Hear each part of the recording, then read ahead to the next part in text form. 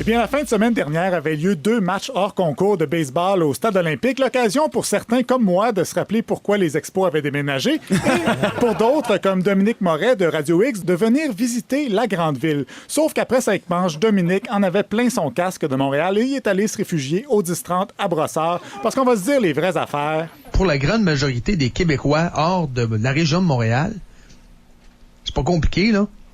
On va au 10-30. On va prendre une bière à Brossard, on va à Terrebonne, on va à Repentigny, mais Montréal comme tel, oh boy! Oui, les gens de toutes les régions du Québec viennent à Montréal pour magasiner au Canadian Tire du 10-30 et boire une bière à la cage au sport du boulevard Taschereau. Ça me semble tout à fait logique. Sinon, après que le Journal de Montréal eut titré « Barrette gradure » suite aux révélations quant à sa prime de départ, Pierre Curzi et Mario Dumont se sont demandé si ladite prime était vraiment un sujet de campagne. C'est pas dans la campagne, mais en même temps, tu peux pas avoir le 1er avril une hausse comme ça a touche... été dit au débat, c'est un éléphant dans la pièce. C'est là, ça. C'est ça, Barrette, c'est l'éléphant gradure dans la pièce. D'autre part, il a encore été question d'intégrité cette semaine et Régent Breton, ancien prof de l'Université Laval, a une excellente théorie pour expliquer ça. C'est que la corruption, là, c'est dans nos gènes. Le Québec, c'est un pays latin. Et les pays latins, ils hésitent, ils oscillent entre la corruption et la révolution. Hein?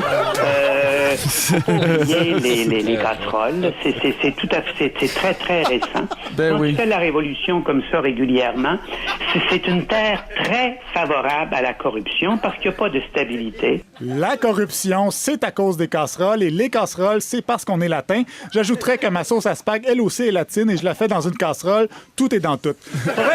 Faudrait quand même préciser que selon le dernier classement de la corruption dans le monde, les pays les plus corrompus sont la Somalie, la Corée du Nord et l'Afghanistan. Je savais pas, mais Kim Jong-un, ça veut dire pot de vin en latin. Mais je croyais qu'un prof d'université devait se baser sur des faits plutôt que des clichés, mais bon, comme disait Mario Tremblay cette semaine, il y a juste les imbéciles qui se trompent pas. C'est exactement ça, mais pas vraiment.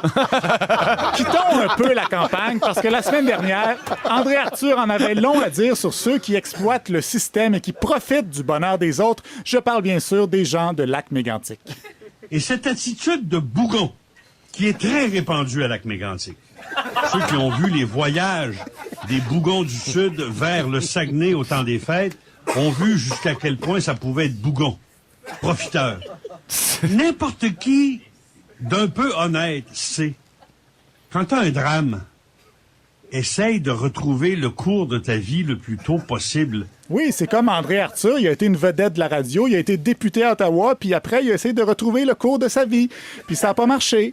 Mais bon, comme l'a si bien dit Patrice Brisebois cette semaine... Ça ne donne à rien de s'appuyer sur son sort. Voilà.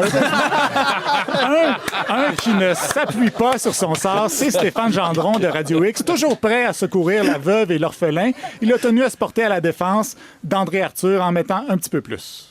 La mairesse Colette Roy-Laroche, là, ça se prend pas pour un 7-Up flat, là, cette femme-là. Là. Elle refuse de nous parler. Elle ne parle que aux gros joueurs de ce monde. Nous autres, on est des trous de cul pour elle.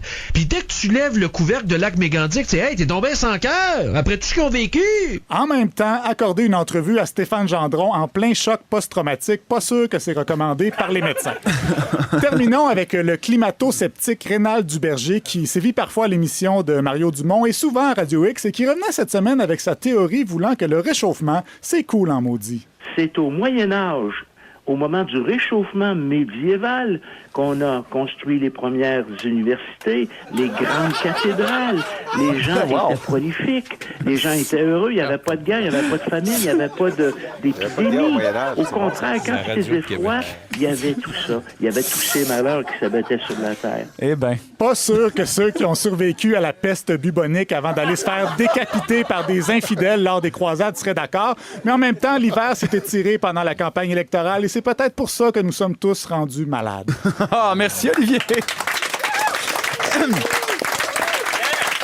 Dan Bigras est associé à votre campagne électorale, en tout cas dans le comté dans lequel il réside, puis il vous appuie, puis c'est très bien, puis il a le droit de le faire, puis c'est parfait.